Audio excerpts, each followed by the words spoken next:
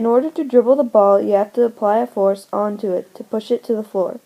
When it hits the floor, it should bounce back up to your waist easily. It bounces back up because the floor has a bigger mass than the ball. This is an example of Newton's third law. Newton's third law states that for every action there is an equal and opposite reaction. So if you have more mass, it has more inertia, and it doesn't want to move. It is the same thing if you have a lower mass. It will have low inertia. If the ball is flat, you have to put a greater force into the ball for it to bounce back up.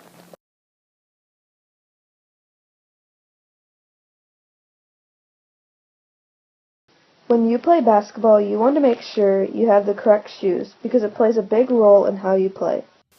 If you think about it, this is a great example to explain how net force equals mass times acceleration. Because if you have a lower mass, you will accelerate more, just like with the lighter shoes. Now we are going to test this out by timing 3 trials with 2 different shoes on. One pair are good basketball shoes, while the other pair are heavy boots. You would choose the one that has a smaller mass. You would want to choose the shoe with a smaller mass because you will be able to move faster in them while running, and you won't lose as much energy with them too. If you don't lose as much energy, then you won't have to take as many breaks and sit out.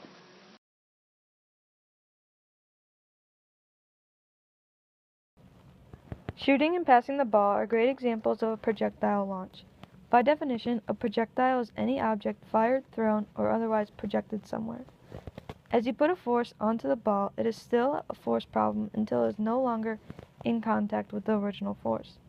The basketball is projected horizontally and vertically when you shoot it the right way.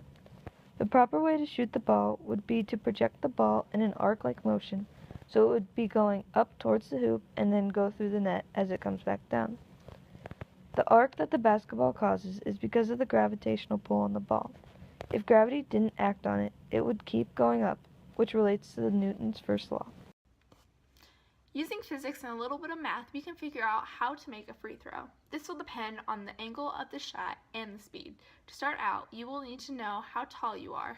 Your height is important because it is the ball's distance from the ground and your ball's starting point.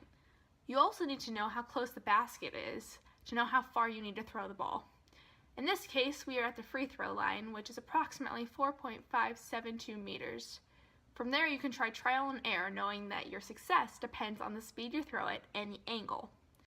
For example, an 80-degree angle with a 5-mile-per-hour shot would go up too far and not enough horizontally. Projectiles depend on both the vertical distance and the horizontal distance.